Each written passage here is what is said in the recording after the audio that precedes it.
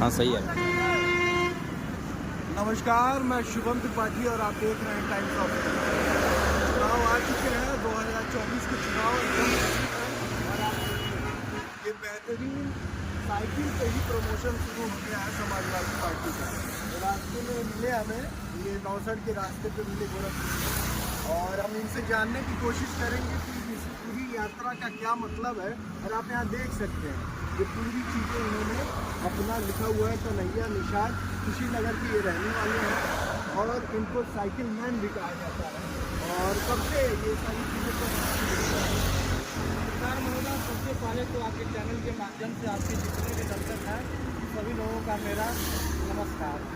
मैं यह 2022 की विधानसभा के चुनाव से ही ये सफर करता हूँ और आप कह लीजिए तो प्रदेश के कोने कोने में हमारी साइकिल चलती है, लेकिन इस बार मैं इसको अलग ही मोटिफाइड कराया हूँ। यह मेरी पैदल यात्रा चल रही है और मैं कुशीनगर से आज मेरा तीसरा दिन है। एक दिन में मैं 25 से 30 किलोमीटर चलता हूँ और लोगों के बीच में जा कर के मैं जो समाजवादी पार्टी की नीतियाँ हैं उनको बताता हूँ और लोगों को जागरूक करने का काम करता हूँ। अच्छा ये बताइए कि इस अभियान से फायदा हुआ? जी, बहुत अच्छा फायदा हुआ था। थोड़ी सी गड़बड़ी रह गई जिसकी वजह से हमारी सरकार नहीं बन पाई और मैं शपथ किया हूँ कि जब तक राष्ट्रीय अध्यक्ष जी माननीय अखिलेश यादव जी मुख्यमंत्री नहीं हो जाएंगे तब तक इस साइकिल को मैं नहीं छोड़ूंगा। प्रदेश में जहाँ कहीं भी जाना रहे, जैसे आपका राष्ट्रीय अधिवेशन आगरा का हो गया, उसमें भी मैं गया था। जो पिछले साल रमाबाई पार्क में हुआ था, मैं उससे भी साइकिल से गया था। मैं मैनपुरी उपचुनाव में डिम्पल भाभी के प्रचार में भी 700 किलोमीटर साइकिल चला करके यहाँ से गया था और 700-800 किलोमीटर मैं पार्टी विधानसभा के क्षेत्रों में चलाया था और वापस 700 किलोमीटर चला करके आया था। और भाभी जी को ऐतिहासिक जीत दिलाने में मैं अहम भूमिका निभाया था।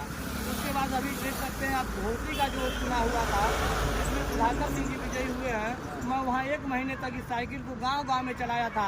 जहाँ बड़ी बड़ी गाड़ियाँ नहीं जा पाती है, बड़े बड़े नेता नहीं पहुँच पाते हैं, वहाँ हमारी साइकिल आसानी से पहुँच जाती है और हमारे साइकिल को देख करके गाँव के लोग इकट्ठे हो जाते हैं। उनसे बात और संवाद करके पार्टी के पक्ष में जनाधार बढ़ाने का काम किया जाता है। जी, इस बार देखिए बीजेपी बहुत नुकसान में जा रही है। बीजेपी जब कह रही है राम मंदिर भी बनवा लिया 400 पार, तो जो लोग उनसे अलग हो गए थे आज उन्हीं के पैर पर मोदी जी और अमित शाह जी गिर रहे हैं। शाह जी ने कहा था कि नीतीश जी का दरवाजा बंद है हमेशा बीजेपी के लिए। आपके पास 400 सीटें हैं गृह मंत्री जी, तो फिर क्यों नीतीश जी को मिलाते हैं? क्या कारण है? बीजेपी अच्छी तरह से जानती है। देखिए ओम प्रकाश राजभर भला बुरा कहते थे, लेकिन जब आपके पास इतनी प्लस 400 प्लस की सीटें हैं तो राजभर जी को मिलाते हैं। आप जयंत चौधरी को जी को मिलाते हैं। आज का जो है कि ऐतिहासिक दिन है, यह साइकिल ऐसे चल रही है और आने वाले दिनों में देखिए बीजेपी बहुत बुरी तरह खिलाफ हो रही। बिहार में भी जो तेजस्वी यादव ने काम करके दिखाया है, यह यूपी है। यूपी और अन्य देश के लोग बिहार को हे दृष्टि से देखते थे पत्रकार महोदय, लेकिन तेजस्वी यादव का नाम पूरा देश में आ गया। वो यूपी के हो, बंगाल के हो, उड़ीसा के हो, तमाम लोगों को उन्होंने सरकारी जॉब दिया है। और यूपी में क्या हो रहा है, यहाँ तो बाबा जी कहते कि मैं 5 किलो राशन देता रहूंगा जब शपथ हुए थे। 4 महीने के बाद में हवा निकल गई, राशन विलुप्त हो गया। आज जो 5 किलो राशन मिलता है वो तो केंद्र सरकार का है। ये बताइए कि इतनी टक्कर चल रही है, वोट के मामले में देखा जाए तो हर जगह थोड़ा बहुत तो पकड़ा भारी रहता है, लेकिन कितना मुश्किल होगा आपने ये सफरनामा लिखा हुआ है। क्या लगता है कि देखिए हम सड़क से चलते हैं, हम लोगों को अनुभव ज़्यादा मिलता है क्या कमी है क्या नहीं है। इसी सड़क से चलने पर सड़क जब भैया जी ने कहा था कि जब सड़क शून्य हो जाए तो समझ जाइए संसद आवारा हो गया है। तो सड़क से चलने पर गरीब मजलूम पटरी व्यवसायी, अभी मैं गोरखपुर में था, तमाम जो ठेले वाले व्यवसायी हैं उनको नगर निगम जो है कि अपना व्यवसाय नहीं करने दे रही है, वो सब पीड़ित हैं। इस बार सरकार को बदलने का मन बना लिए हैं और देखिएगा इस बार जो है कि समाजवादी पार्टी 1 नंबर पर रहेगी। 50 से 55 सीटें समाजवादी पार्टी और कांग्रेस का गठबंधन यूपी से निकालेगी।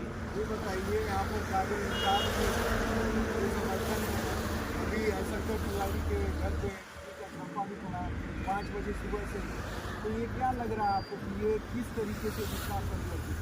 देखिए, यही तो चुनाव हारने का बीजेपी का मुख्य कारण है। ये पकड़ बीजेपी मुद्दा विहीन हो गई। माननीय प्रधानमंत्री जी ने जी कल करा था और हमारे पार्टी के लोग ज्ञापन भी दिए हैं राष्ट्रपति महोदय के जिला जी। मैं नहीं गया था, मैं रास्ते में था, पहुंच नहीं पाया था।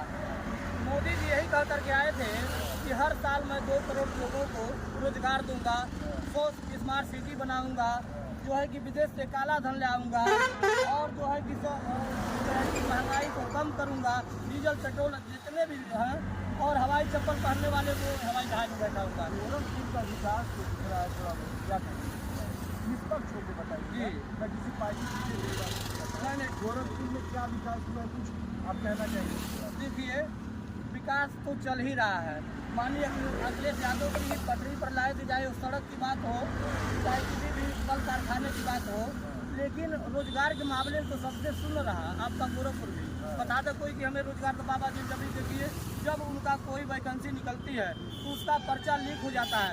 पहले यूपी वाले अपना जो है कि लीकेज करते हैं, अब चला गया, अब कहेंगे कि चुनाव के बाद जो है कि हम ये करेंगे। ये बताइए कि आप यात्रा कहाँ तक कर रहे हैं पहले? देखिए, मैं कुशीनगर से यात्रा शुरू किया हूँ और इसको बिल्कुल जो है कि दिल्ली की सीमा तक जाऊँगा।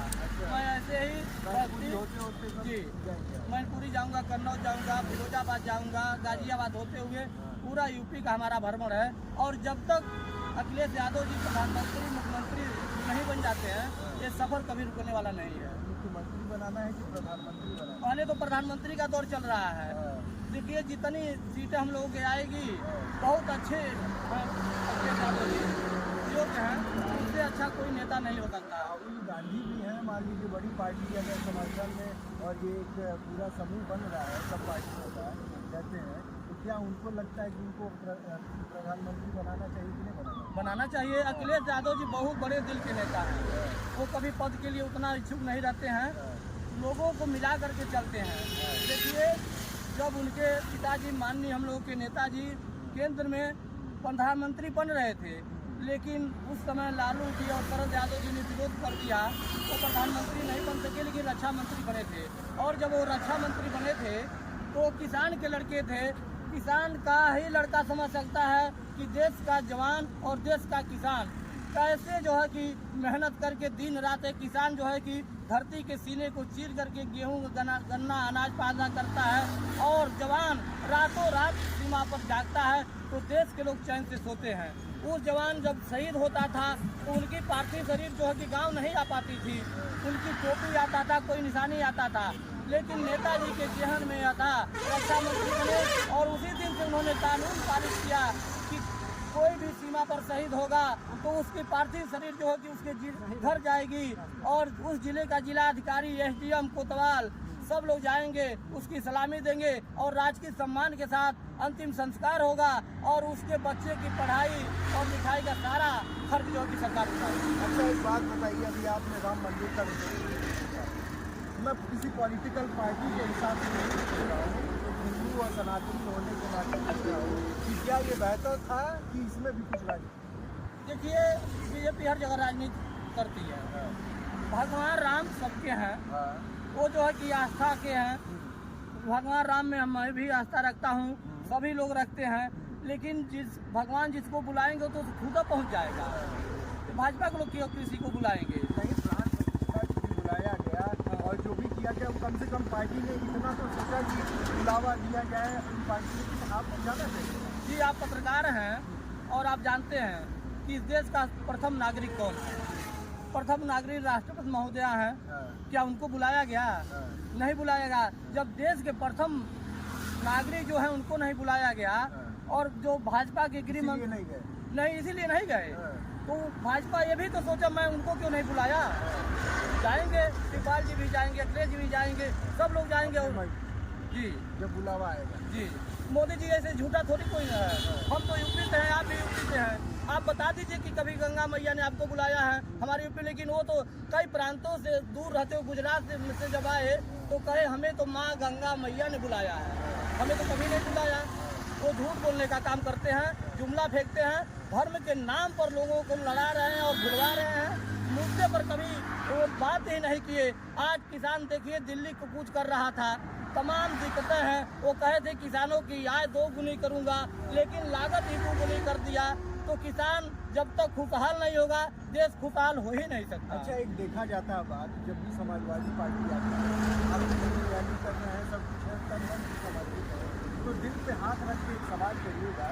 जब समाजवादी पार्टी जब आई थी, मैं किसी एक पार्टी के विशेष में, आप समाजवादी पार्टी से हैं, उनको रिप्रेजेंट कर रहे हैं, मैं सवाल इसलिए कह रहा हूँ कि जब ये पार्टी आती है तो लोग कहते हैं कि अराजक तत्व बढ़ जाते हैं, जो यादव समाज के लोग हैं वो बहुत हावी होने लगते हैं, जो नौकरियां भी लगती हैं तो यादव समाज को ज़्यादा प्राथमिकता दी जाती है। कहाँ तक ये बात सही है? और हमने बहुत सारी चीज़ें देखी हैं कि थाना, पुलिस, चौकी पे हर जगह यादव नियुक्त होते। आप पिछले जब आप देखेंगे सरकार की बात तो ये चीज़ें थी। क्या ये चीज़ परिवर्तन कर पाएंगे? क्या अपने यादव समाज का समर्थन मिलता है उनको समझा पाएंगे कि अगर आपकी पार्टी बन जाती है, आपकी सरकार बन जाती है, तो ये भेदभाव वाली जो राजनीति है कि ब्राह्मण है, क्षत्रिय है, यादव है, जो भी है उनको साथ में लेके चलना है, सबके रोजगार की बात है। जैसे आप मोदी को कह रहे हैं या योगी को कह रहे हैं, उसी तरीके से आपको भी इस चीज़ का ख्याल रखना पड़ता है। अभी तो जुमलेबाजी सबकी है, जब तक सरकार नहीं बनती है, ये आम जनता जब भी सामने आती है तो उनको वादे दिखाए जाते हैं, ये मोदी हो, योगी हो या यादव हो या राहुल गांधी हो। लेकिन इस चीज़ से कैसे आप जनता को आश्वासन दे पाएंगे? क्योंकि जनता को बरकराने का काम किया गया। अगर अखिलेश यादव जी के योजनाओं को देखेंगे तो किसान हित में जाएंगे, तो किसानों के लिए उन्होंने आप मानते हैं कि नहीं कि अराजक तत्व हुए? देखिए, प्रतिशत भी उन्हें मानते हैं कि नहीं मानते? देखिए तो हर सरकार में होता है, जो सरकार के करीब रहते हैं वो लोग कहते हैं गरीब मार खाते हैं। बाबा जी की भी सरकार में है, तो इसको बदलना चाहिए। मैं बदलना चाहिए की बात कर रहा हूँ। जी जी, आप यहाँ खड़े हैं, आपसे मैं इसलिए आपसे बात कर रहा हूँ। जब मैं मोदी से पूछूंगा, योगी से, कुछ समर्थकों से पूछूंगा, मैं तो उनसे सवाल करूँ, मैं सबसे सवाल करता हूँ। देखिए तो आप क्या इस पर परिवर्तन, जो करे ना करे उससे नहीं मतलब है। आप रिप्रेजेंट कर रहे हैं, आप आश्वासन देना चाहेंगे, आपके जो अखिलेश यादव हैं वो आश्वासन देना चाहिए कि ऐसी चीज़ें नहीं होंगी। देखिए अखिलेश यादव अच्छा छवि का कोई नेता नहीं है और वो सभी के हित की बात करते हैं। जो भी योजनाएं लागू करते हैं, आप बता दें कि जब उन्होंने कन्या विद्याधन लागू किया हमारी बहनों के लिए इंटर पास करने पर, तो कौन सा उसमें जो है कि जात पात रखा, सभी को दिया। 100 डायल 100 आपका सभी के काम में आती है। स्वास्थ्य के लिए 102 नंबर, 108 नंबर उन्होंने चलाया। तो क्या डायल करने के बाद वो पूछता है कि जात के आप हैं? ये समाज को बरगलाने के लिए। देखिए आज बीजेपी में जितने भ्रष्टाचारी हैं और जितने भी जो है कि माफिया हैं, सारे जा कर के बैठ गए हैं। कौन सा वॉशिंग मशीन है जिसको बीजेपी धुल रही है?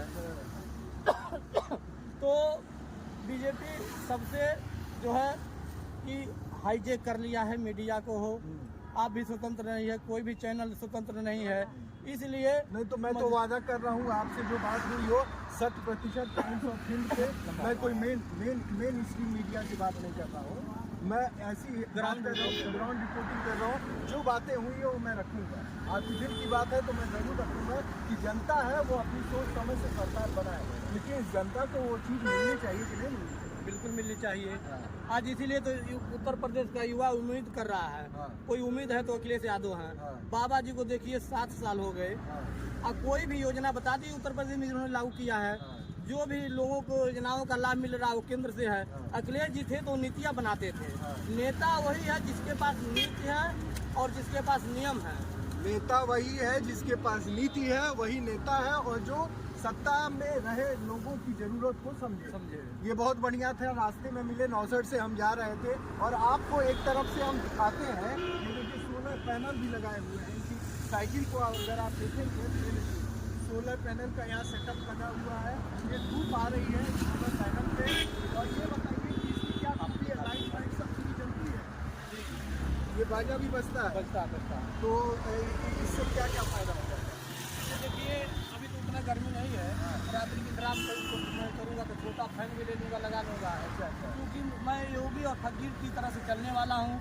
ये साइकिल है, ये कहाँ रुक जाएगी कोई ठीक नहीं है। तो इसलिए अपना व्यवस्था सब रखा है और जो है कि आवाज़ में दर्द करने लगता है लोगों को बीच में बोलने में, इसलिए मैं हाथ नहीं करता हूँ। सारी चीज़ें